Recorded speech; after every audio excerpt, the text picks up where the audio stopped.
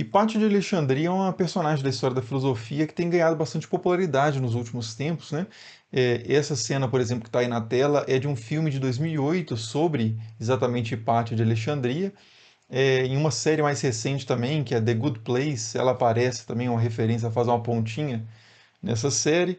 Não só na cultura pop, né, mas em sites de divulgação de história da ciência, história da filosofia. A Hipátia aparece também bastante, né? Esse é um dos primeiros resultados de busca que quando eu joguei Hipátia no Google, tá falando aqui, né? Conheça Hipátia de Alexandria, a primeira mulher matemática da história, né? Geralmente ela aparece aí como a primeira mulher matemática, a primeira mulher filósofa, a primeira mulher astrônoma. Mas quem que é exatamente Hipátia de Alexandria, né? Apesar de, como eu disse, Hipátia ter ganhado bastante popularidade nos últimos tempos, Hipátia sempre foi lembrada em todos os períodos da história, né? Na Antiguidade, muitos autores escreveram sobre ela. Na Idade Média, a gente tem registros de autores falando sobre Hipátia. No Renascimento também, no Iluminismo. E até hoje, né, como a gente viu ali, até em séries de televisão, mais recentemente, né?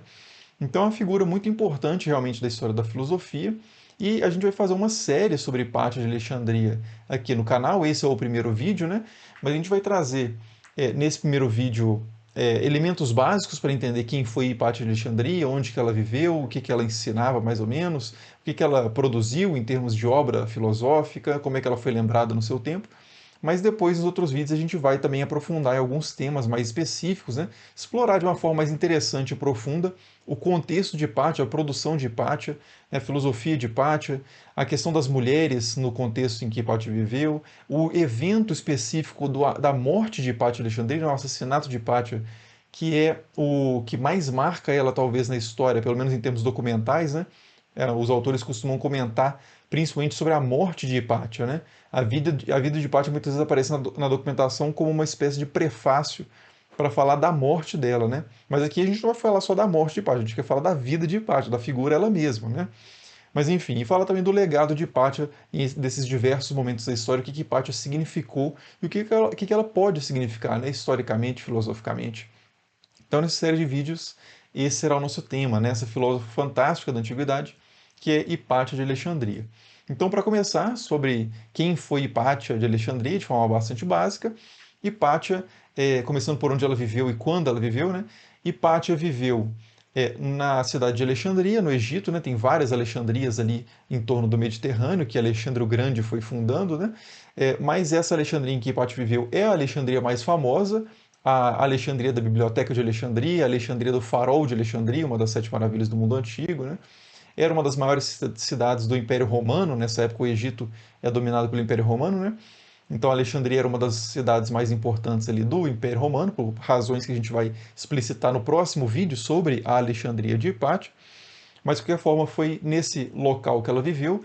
Entre meados do século IV a.C., os historiadores colocam mais ou menos 355 depois de Cristo. Se eu falei antes de Cristo, é depois de Cristo, tá? Mas 355 depois de Cristo, aproximadamente, a gente não tem essa data nos documentos, mas a gente tem a data de morte de Hipátia, que é 415 depois de Cristo. Essa data é bastante certa, porque, como eu disse, foi um evento muito marcante, e tem vários documentos então que falam desse episódio, né? Então a data de morte dela é bastante certa, 415 depois de Cristo. A de nascimento dela é mais incerta, mas provavelmente por aí, porque Hipátia, as fontes dizem que Hipátia morreu quando ela já era uma senhora de idade, então ela tinha que ter pelo menos aí uns 60 anos, né? Para a época. Então, 355 a 415 na cidade de Alexandria. Esse é o local e a data, né, da vida de Hipátia. Agora, o que ela produziu em termos filosóficos, né? O que ela de fato escreveu, qual que é a obra de Hipátia? A gente não tem nenhum texto, nenhum documento produzido pela Hipátia ela mesma que tenha sobrevivido até os nossos tempos, e nem cópias desses textos, né? O que a gente tem são autores que fazem referências a livros que Hipátia teria escrito. Então, quais são esses livros, né, que esses autores mencionam? O principal deles é uma edição comentada e revista do Almagesto, que era o principal tratado de astronomia do período. O Almagesto, que é um tratado astronômico matemático, de Ptolomeu de Alexandria, também de Alexandria, né, escrito no século II depois de Cristo, seria aí o tratado mais importante de astronomia até os tempos lá de Copérnico, de Galileu, já nos séculos XV, XVI, e seria eventualmente derrubado mesmo a partir do século XVII, né? A ideia geocentrista, né? É claro que existiam vários outros modelos geocêntricos, mas o modelo de Ptolomeu seria o mais bem sucedido desses modelos, porque dava muito certo, era muito bem calculado a partir das evidências que eles dispunham naquele período, né? Na astronomia de observação a olho nu. Então Hipátia contribuiu aí pelo menos para a expansão da astronomia ptolomaica no seu contexto, produzindo essa edição, junto com seu pai, que era matemático também, que é Teão de Alexandria, eles teriam produzido essa edição do Almagesto de Ptolomeu. Outra obra que possivelmente, aí já é um pouco mais incerto, que Hipátia pode ter produzido, foi um comentário a um texto de geometria de Apolônio de Perga, que é um astrônomo do século III a.C., que escreveu sobre vários assuntos, mas entre eles sobre as seções de um cone, né, as seções cônicas, né, que geram diferentes formas, que são o círculo, né, se o cone é seccionado, né, cortado num sentido, ele gera o círculo. Se ele é cortado com uma certa inclinação, ele gera uma elipse, com outra inclinação até a base gera uma parábola e uma hipérbole, né? Então, até hoje, os conceitos, inclusive, de círculo, elipse, parábola e hipérbole, a partir das seções cônicas, é algo que ainda existe na geometria, né? Contemporânea, inclusive. Mas então, uma obra matemática, né? Além disso, possivelmente também Hipátia pode ter feito comentários a uma obra de Diofanto de Alexandria, que era também um matemático, né?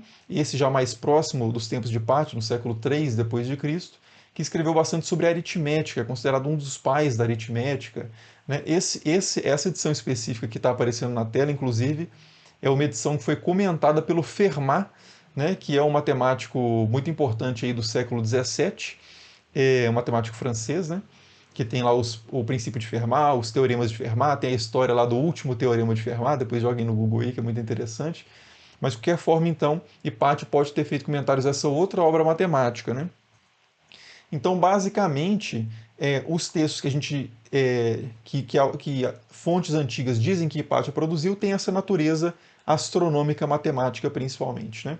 E como é que ela foi lembrada ao longo da história, principalmente o que as primeiras fontes, as fontes mais antigas, mais próximas do próprio tempo de Hipátia, dizem sobre ela? Então, como eu disse, a parte mais lembrada sobre Hipátia é a morte dela, mais do que a vida. Por quê? Porque foi um evento que teve consequências políticas e, de certa forma, foi usado como um exemplo, ou como uma lição de moral sobre o que estava acontecendo ali nos tempos de declínio e eventual colapso ali do Império Romano, pelo menos de parte do Império Romano, né? Então essa morte de Hipátia foi muito simbólica para muitos autores. Então, o Sinésio de Cirene, que foi um aluno de Hipátia, é uma das principais fontes que a gente tem são as cartas dele, algumas cartas que ele trocou com Hipátia. A gente tem as cartas dele, não tem as cartas que Hipátia respondeu, mas a gente tem cartas que ele enviou para Hipátia e tem cartas dele para outros alunos de Hipátia, então que ele conversa bastante sobre a mestra dele, né? E segundo ele, Hipátia foi uma guia genuína nos mistérios da filosofia, alguém que possuía a mesma santidade e o espírito divino de Platão. Então, um comentário extremamente elogioso, assim, aproximando Hipátia da maior figura da filosofia naquele contexto, né? Platão, claro que Platão já tinha morrido há muitos séculos, mas Platão continuava sendo a principal referência de filosofia para as pessoas daquele contexto, né? Então, Sinésio que aproxima Hipátia de Platão na estatura, né, na santidade e espírito divino, não só nas questões de doutrina, que também tem uma relação, como a gente vai ver quando a gente for falar especificamente sobre o que Hipátia ensinava exatamente. O Sócrates Escolástico, que é um autor que escreveu uma história da igreja, das várias histórias eclesiásticas que foram escritas na antiguidade, né? Sócrates Escolástico é um desses autores, e ele escreveu que Hipátia era capaz de explicar todas as doutrinas filosóficas a quem desejasse ouvir e atraía pessoas de todos os lugares que desejavam filosofar. Então isso é um autor cristão. O Sinésio também, o aluno de Hipátio, era cristão, né? Se tornou bispo, inclusive, bispo de Cirene, da cidade de Cirene. Mas outro autor cristão aqui, que é Sócrates Escolástico, também fazendo um elogio de Hipátio, né? Falando dessa elevada estatura de Hipátio de Alexandria. João Malalas, também mais um cronista da história da igreja, escreveu que Hipátia era uma famosa filósofa que tinha grande reputação, né? Mais uma vez, um autor cristão também elevando aí Hipátia, que era uma filósofa pagã, né?